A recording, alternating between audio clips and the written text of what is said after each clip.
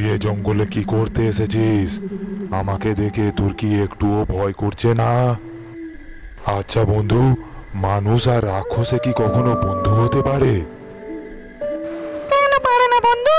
মানুষে মানুষে যদি বন্ধুত্ব হয়, তাহলে রাক্ষসে মানুষের বন্ধুত্বে ক্ষতিটা কোথায়?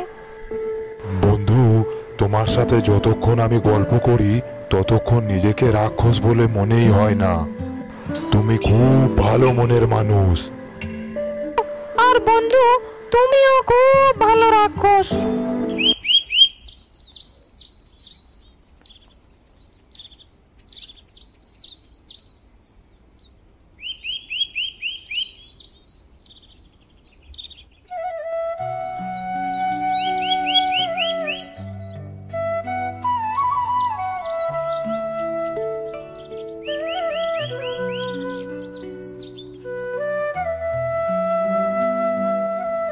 কি রে পায়েল, কদিন ধরে তুই কোথায় ছিলিস? কই আমার সাথে দেখা করতে এলি না যে? কদিন তো পুকুর ঘাটে জলও নিতে আসিসনি। তোর কি শরীর খারাপ করেছিল নাকি রে? বাড়িতে কাজ থাকার জন্য আমিও তোর বাড়িতে গিয়ে তোর খোঁজটুকুও নিতে পারিনি রে। না রে মিনা, তুই যেটা ভাবছিস সেটা নয়। আমার মা একটু অসুস্থ হয়ে পড়েছিল, তাই বাড়ির কাজকর্ম সেরে বাড়ি থেকে বেরোতে পারিনি রে। আচ্ছা, তারপরে বল তুই কেমন আছিস? ওই কতদিন হলো তোকে দেখিনি। যা যা, তুই সত্যি যদি আমাকে ভালোবাসতি তাহলে অবশ্যই আমার খোঁজটা নিয়েছিস, বুঝেছিস? আচ্ছা পায়েল, তুই কি একটা খবর শুনেছিস? কোন খবরটা রে? যেটা নিয়ে গ্রামের সবাই কানাঘুষো শুরু করেছে, সেই খবরটা? হ্যাঁ রে পায়েল, আমি ওই ব্যাপারটার কথাই বলছি। জানিস তো পায়েল, গ্রামের কাঠুরেরা এখন ভয়ে জঙ্গলে কাঠ কাটতে যেতে পারে না, ওই রাক্ষসটির ভয়ে। আর আমার বাবাও তো একজন কাঠুরিয়া, বুঝতে তো পারছিস। ঠিক মতো কাঠ না কাটার ফলে আমাদের সংসারও ঠিক মতো চলছে না। কি যে হবে কিছুই বুঝতে পারছি না রে পায়েল। তুই যে কি বলিস না সই, ওসব রাক্ষস টাক্ষস বলে কিছু হয় না। এগুলো শুধু লোককথা, মানুষের মনের রটনা আর ভুল ছাড়া কিছুই নয়। যেদিন আমি নিজের চোখে দেখতে পাবো সেদিনই আমি বিশ্বাস করব, তার আগে নয়। কি যে বলিস না পায়েল, আমাদের পাশের বাড়ির দিনু কাকা, ওনার ছেলে নিজের চোখে দেখেছে সেই রাক্ষসকে। জানিস পায়েল, ওই রাক্ষসটা নাকি এত বিশাল, আমরা গিয়ে তার পাশে দাঁড়ালে আমাদেরকে নাকি পিঁপড়ের মতো লাগবে।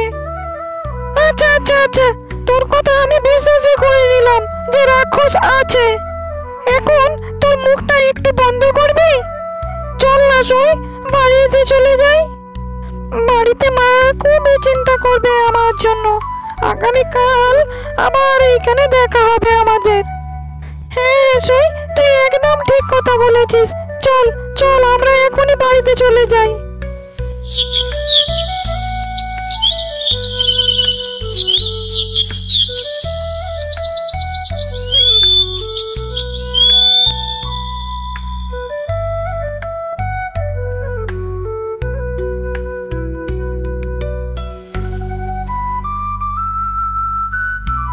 তোদেরকে কতদিন বলেছি যে তোরা আমার এলাকায় আসবি না, তবুও তোরা আসিস।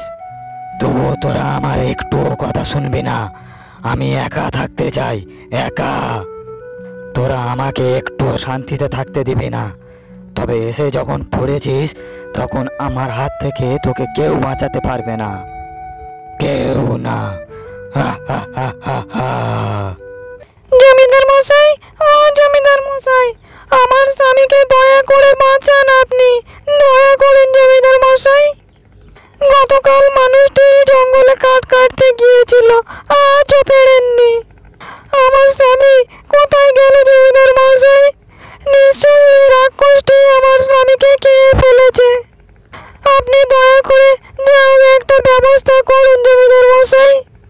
আপনি দয়া করে আমার স্বামীকে ফেরত আনার ব্যবস্থা করুন জমিদার মশাই। তা না হলে আমার ছেলে নিজে অনাথ হয়ে যাবে। আপনি কিছু একটা ব্যবস্থা করুন জমিদার মশাই।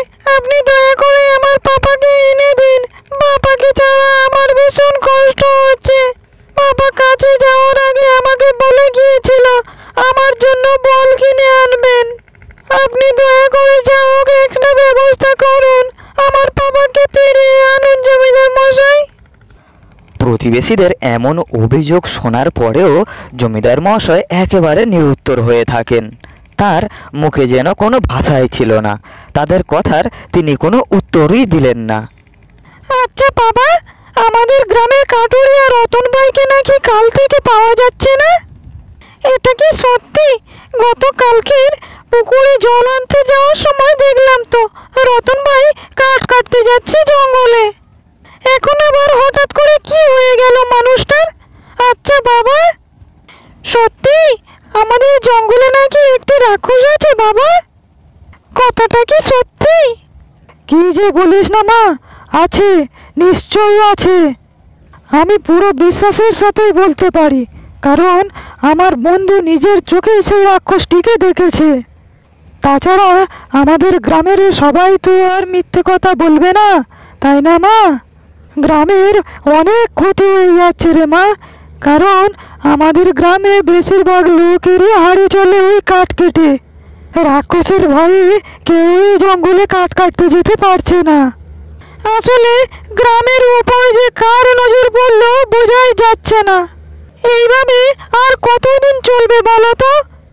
রাক্ষসটা নাকি খুবই ভয়ঙ্কর। রাক্ষসটা নাকি এতই ভয়ঙ্কর যে তাকে দমন করার মতো ক্ষমতা কারোর নেই। কি যে হবে বিধাতাই জানে। আচ্ছা পায়েলওয়া, যে কথা বলি ভালো করে মন দিয়ে শোন। ওই জঙ্গলের পাশ দিয়ে তুই একদম যাবি না। আর এসব কথা নিয়ে তোকে একদম মাথা ঘামাতে হবে না। তুমি যে কি বলো মা, গ্রামের লোকের বিপদ মানে সেটা আমারও তো বিপদ, তাই না বাবা? আমি ভাবছি এই বিপদ থেকে কিভাবে মুক্তি পাওয়া যায়। আর সব থেকে বড় কথা হলো, যারা কাজের জন্য শহরে যায় তাদেরকে ওই জঙ্গলটা তো পেরোতেই হবে।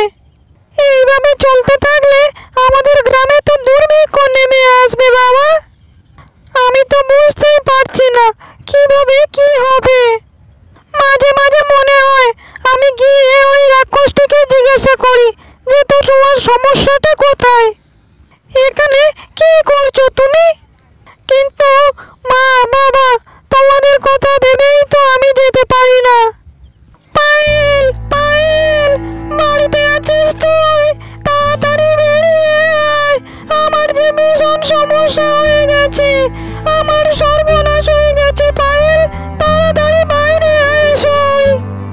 আরে মিনা, এভাবে কাঁদছিস কেন? কি হয়েছে তোর? বল আমাকে। কান্নাটা থামিয়ে বল না মিনা, আমাকে বল, আমাকে কি হয়েছে বল মিনা, বল। পায়েল, বাবা সকালে গিয়েছিল জঙ্গলে কাঠ কাটতে, কিন্তু এখনো ফিরে আসেননি। কাঠ কাটতে এত দেরি তো উনি করেন না। কি হলো হঠাৎ করে? বাবা এত দেরি তো করে না। তাহলে বাবা এখনো কেন বাড়ি ফিরছে না? আমার খুবই চিন্তা হচ্ছে। এখন আমি কি করব, কোথায় যাব? ওই রাক্ষসটি কি আমার বাবাকে ধরে খেয়ে ফেললো?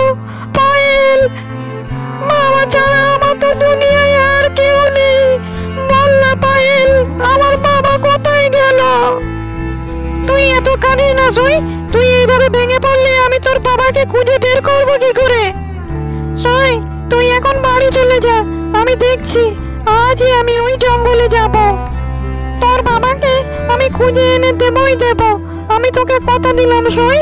তুই এখন বাড়ি চলে যা। আমার বাবাকে আর খুঁজে পাওয়া যাবে না রে পায়েল। আমার বাবাকে ওই রাক্ষসটি নিশ্চয়ই খেয়ে ফেলেছে রে। আমি কি করব পায়েল, আমি কি করব? আমার বাবা ছাড়া এই জগতে আমার আর যে কেউ নেই পায়েল। বাবা, বাবা গো, তুমি কোথায় গেলে? পায়েল, তুই যা বলছিস তুই কি ভেবে চিন্তে বলছিস? মিনার বাবা জঙ্গলে হারিয়ে গেছে, তুই তাকে খুঁজতে যাবি? মিনার বাবাকে খুঁজতে কি এই শেষ বয়সে তুই কি আমাদেরকে সন্তান হারা করতে চাস পায়েল? শেষমেশ তুই ওই রাক্ষসের পেটে যেতে চাস? হ্যাঁ মা, তুমি আমাকে আটকিও না। আমি ওই রাক্ষসের সত্যটা গ্রামবাসীর সামনে তুলে ধরতে চাই। আমি জানতে চাই ওই রাক্ষসটির কাছে ও কি চায় আর গ্রামের মানুষদেরকে কেন ধরে নিয়ে যাচ্ছে? আমি শুধু জানতে চাই গ্রামবাসীরা কি ক্ষতি করেছে ওর।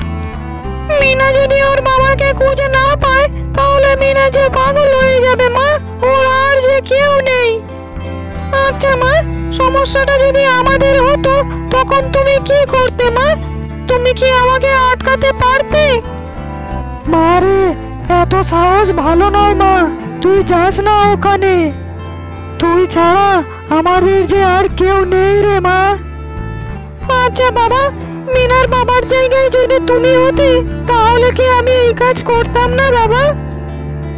তোমরা আমাকে আটকেও না বাবা, আমি এই সত্যের উদ্ঘাটনটা করতে চাই, তা না হলে গ্রামবাসীরা যে খুব বিপদের মুখে পড়ে রয়েছে। আচ্ছা মা, তুই যখন এতই জেদ ধরেছিস যাবার, তাহলে তুই যা, আমরা তোকে আটকাবো না। কিন্তু মা, তুই সাবধানে থাকিস, সাবধানে যাস। আমাদের আশীর্বাদ সকল সময় তোর মাথার উপরেই আছে। তোমাদেরকে অনেক ধন্যবাদ। আর তোমরা দেখো, এই সত্যের রহস্য আমি উদ্ঘাটন করেই ছাড়বো। পরদিন সকালে পায়েল সেই জঙ্গলের উদ্দেশ্যে রওনা দেয়, যেইখানে সেই রাক্ষসটি বাস করত।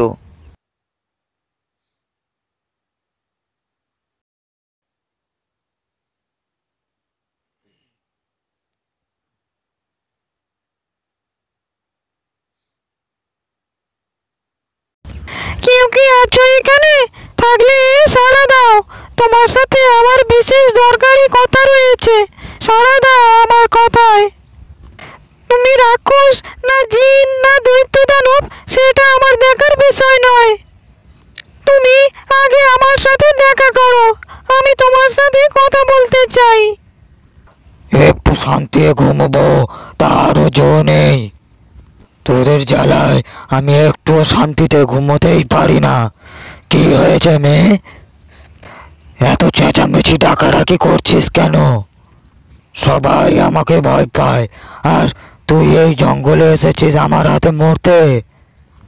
আমি তোমার কাছে এসেছি কিছু কথা বলার জন্য, তুমি আমার প্রত্যেকটা কথারই উত্তর দেবে। আমি কারোর হুকুম পালন করি না, আমি এখানে আমার নিজের মর্জি মতো চলি। কারোর হুকুমের উত্তর দিতে আমি বাধ্য নই। মানুষ তো তোমাকে নিয়ে কত কিছু বলে, কিন্তু কই, তোমাকে তো তেমন দেখাচ্ছে না। আমি তোমার চোখে স্পষ্টই দেখতে পাচ্ছি তুমি কখনোই মানুষকে হতে পারো না। তুমি আমাকে শুধু এইটুকুই বলো, তুমি এখানে কেন এসেছো আর গ্রামের মানুষজনকে কেন তুমি উধাও করে দিচ্ছ? পায়েলের মুখে এমন আবেগের কথা শুনে রাক্ষস অনেকটাই আবেগপূর্ণ হয়ে ওঠে। আচ্ছা, তুমি কি আমাকে দেখে ভয় পাচ্ছ না? সবাই তো আমাকে দেখে অনেক ভয় পায়, কেউ আমার সাথে কথা বলার সাহস করে না। এই গ্রামের একমাত্র তুমিই প্রথম আমার সাথে কথা বলছো। এই গ্রামের তুমিই প্রথম যে আমার সাথে একটু মন খুলে কথা বলছে।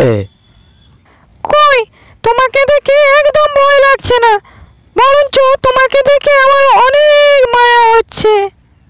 তোমাকে দেখে মনে হচ্ছে তোমার বুকে অনেক কষ্ট জমা রয়েছে। বলো না গো রাক্ষস, তোমার কি কষ্ট এত? তুমি নির্ভয়ে আমাকে বলতে পারো। তোমার কষ্টের কথা তুমি মন খুলে আমাকে বলতে পারো, আমি যদি তোমার কিছু সাহায্য করতে পারি। আমার কেউ আপন নেই, কেউ না, আমার কথা কেউ শোনে না। আমি একদম ভালো না, আমি খুবই খারাপ, খুবই খারাপ। এই কথা বলতে বলতে রাক্ষসটি সেখান থেকে চলে যায়। ইস, আমি তো বলতেই পারলাম না যে গ্রামের মানুষগুলোকে ও কি করেছে, কোথায় রেখেছে। কিন্তু ওই রাক্ষসটির চোখে মুখে আমি যেন অনেক কষ্টের একটি গভীর ছাপ দেখতে পেলাম। এখন থেকে আমি প্রত্যেক দিনই এই জঙ্গলে আসব ওই রাক্ষসটির সাথে দেখা করতে। আমি শুধু এইটুকুই জানতে চাই যে ওর কষ্টটা কিসের, আর গ্রামের মানুষগুলোকেও বা কোথায় রাখছে। পায়েল প্রতিদিন জঙ্গলে আসতো রাক্ষসটির সাথে দেখা করতে, তার সাথে গল্প গাল করতে। আস্তে আস্তে পায়েল এবং রাক্ষসের মধ্যে খুব গভীর বন্ধুত্বের সম্পর্ক গড়ে ওঠে। আচ্ছা পায়েল, তুমি যে আমাকে বন্ধু বলো, রাক্ষস আর মানুষ কি কখনো বন্ধু হতে পারে?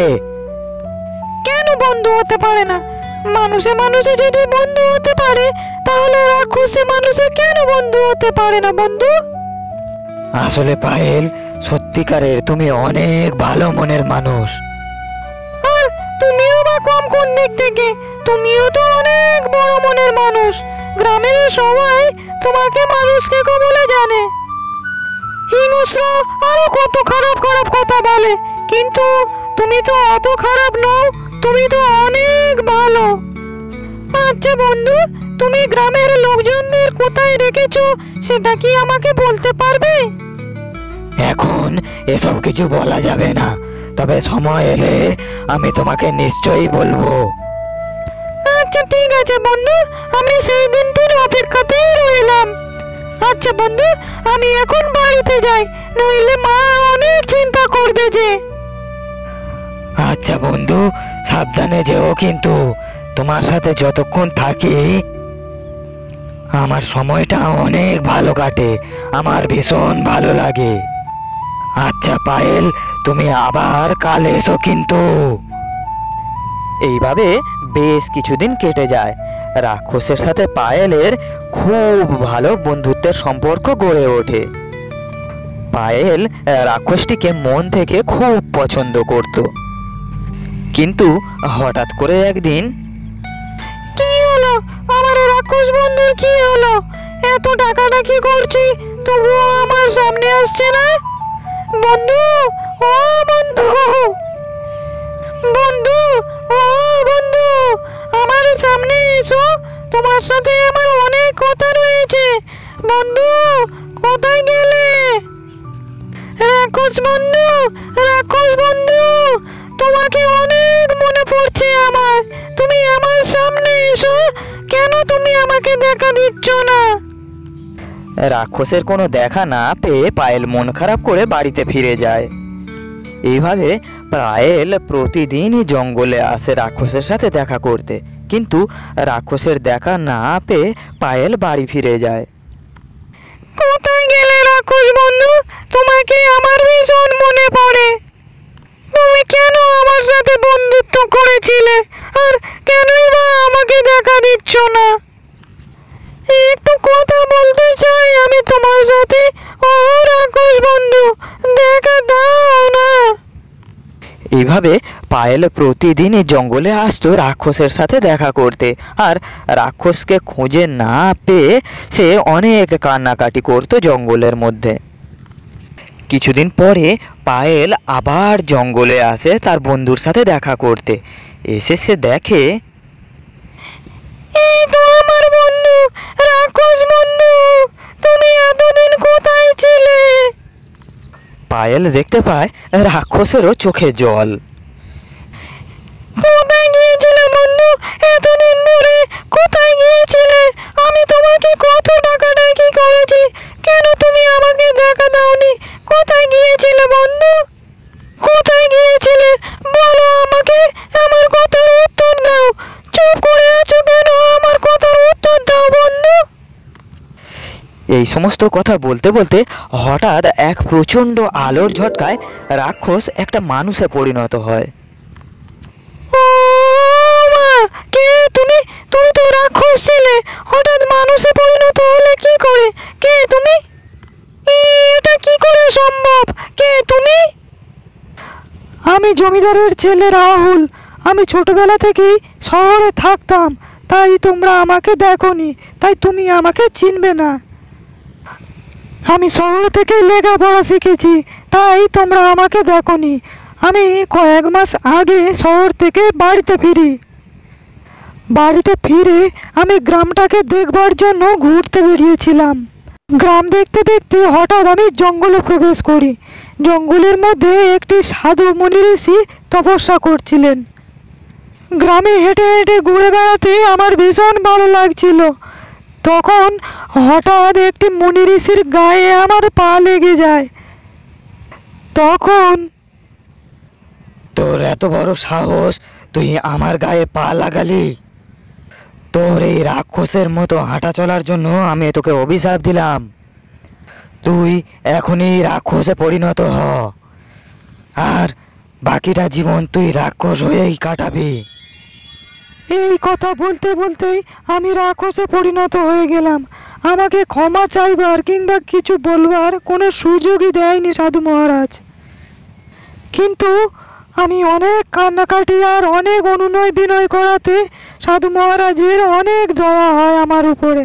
তখন সাধু মহারাজ বলেন, কেউ যদি আমাকে কখনো ভালোবাসে, মন থেকে সত্যিকারের ভালোবাসতে পারে, আর তখনই আমি মানুষের রূপ ফিরে পাবো।